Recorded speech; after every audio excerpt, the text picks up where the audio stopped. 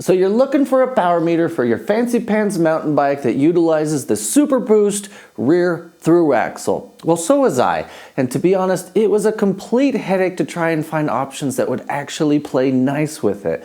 And today I wanted to share with you guys what I found to help save you some time and save you some headache and figure out what power meter options you actually have for your bike. My name is Grant. This is Roo Bike. Let me show you what I found. What was I saying? In the midst of trying to get stronger, faster, build my stamina, it has been brought to my attention that in order to make any real progress, to get faster, to make me faster, I need to invest in what I thought I would never invest in, to be honest, and that's a power meter. On the surface, that seems fine, right? There's tons of power meter options out there on the market. All you gotta do is Google a bunch, right? In fact, I did. And that's what I found myself spending hours doing, and I mean hours. Superboost. Come to find out, there's not many options. You go into SRAM, right? My bike has SRAM, EXO Access, EXO1 Access. I thought for sure a Quark meter, which comes highly recommended by tons of people, and it's, you know, a more moderate, reasonably priced option. No, the rear axle spacing that they play nice with are 142, 148. This is 157, right? The chain line on this thing is a 56.5 centimeter. It's hugely different than the 50 whatevers that is. I'll put the exact numbers on the screen, but long story short, Quark doesn't work with it. Looked up Stages. After a long bit of searching, they don't play nice with the Superboost either. What other options are there? The 4i, couldn't find one for those guys either. If you search Superboost, power meters, you'll inevitably come to a website called Power Meter City. They're fantastic. In fact, they have a blog on, if I have a Superboost, what power meter will work for me? I emailed them. Power Meter City, hey, I need help finding a power meter for my Superboost crank SRAM EXO1 Access group set. I use the SRAM EXO Eagle Dub 32 tooth chainring in the front. It's a direct mount, by the way. They came back very nicely. The guy's name was Josh, and I think Josh actually writes their blog posts, at least it seems that way. Power Meter City, thank you for responding to my email. I really appreciate that. They go, hey, we could totally help you.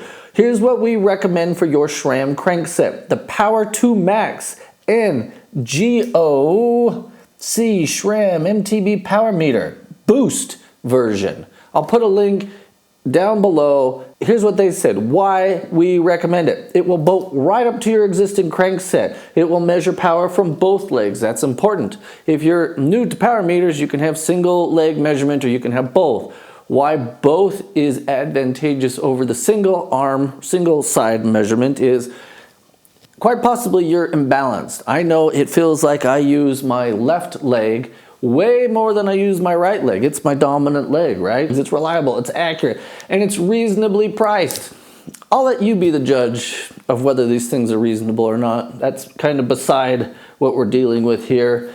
It's one of their best-selling power meters. Oh, and by the way, you will need to get a new 104 BC chain ring, which is bolt-on, and they sell it here. So you can buy both of them. Now, like I said, you've got your crank-based and your pedal-based. At this moment, I'm at a crossroads. The pedal-based seemed awesome. The only scary bit was I pedal strike an awful lot during my rides. I have terrible technique, and especially in like a race situation, I'm just going. I'm smashing the pedals, I could care less, and I'm hitting rocks all over the place, taking chunks out of them. So it seemed a little fragile, to be honest. It seemed like I would be ruining a pedal-based power meter. So I was desperate to find a crank one. It seemed like it was a win-win, right? Well, I started looking on YouTube, as all of us do, obviously, for some advice from people that have had this, because these guys are selling it, they have a vested interest in it. And I found this review, right? And this guy was very, very forthcoming with it. He said he had it for 16 months. It worked fine until that 16th month when it looked like the power meter just disintegrated. The battery cover fell off, the whole bit detached, which isn't a big deal. 16 months, that's a good lifespan out of things. It has a 2-year warranty. That sounds awesome, right? Well, in his pursuit to try and do a warranty claim, which He's in his 2-year period. It should have been a no-brainer, right? Wrong. They denied him. They said, we will allow you to purchase a warranty replacement unit at cost or something, right? That's BS. I hate hearing tales of terrible customer service. That left me back with the pedal-based option. I'm sorry it took me so long to get here. I blabbed too much. I apologize. I'm working on that. But what I have in this box is what I actually picked. Let me open it up for you and show you. Without further ado, let me show you what I picked. You've been waiting long enough, right? What do we have here?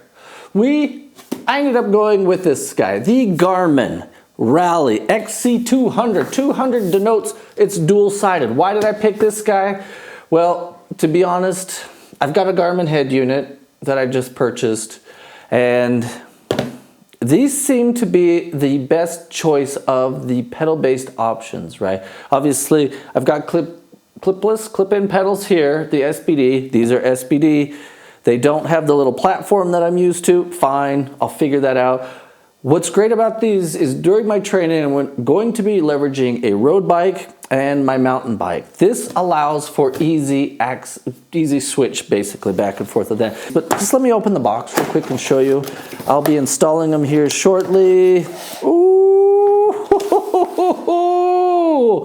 those are pretty. Oh my gosh. Now, this is like jewelry. Holy crap. Look at this. That's substantial. Oh no, I'm gonna pedal strike. Those are beefy. Can you see that? I am terrified of these. Oh, please don't break. I'm terrified. These are thick and they're already flashing at me. They're listening. I better be nice to them. Okay, so I will be doing, stay tuned, please stay tuned. I will be putting these on later. This video has obviously gone on way too long. I apologize. Long story short, if you have a Superboost, a bike with Superboost, pivot, definitely most of the pivots do. Your options for power meters are super limited. I highly suggest you reach out to the Power Meter City, and you've got basically two options. You've got, a crank-based and you've got the pedal-based. Depending on your level of comfort, I ended up picking the pedal-based. Now, I'm almost kind of sort of regretting that, looking at how thick these things are. Power Meter City definitely helped me out. I did not follow their guidance. I ended up just getting these Garmins. So, Superboost people, Pivot. I even reached out to Pivot. I'm like, hey, help me guys. You guys have to know this. What sort of power meter will play nice with your silly Superboost? They're like, we don't know, dude. Like, call your local bike shop. I called my local bike shop. They told me crazy things that were not true. Your bike shop's only as good as the guy that answers the phone, right? So, lots of research later led me to two options. I took a chance on these Garmins. Why not? At any rate, I hope this has been helpful. If you have comments and want to follow me, put these on. Subscribe, like, leave a comment. Go over to lroo.bike. There's many good things happening. Grant, lroo bike, bye.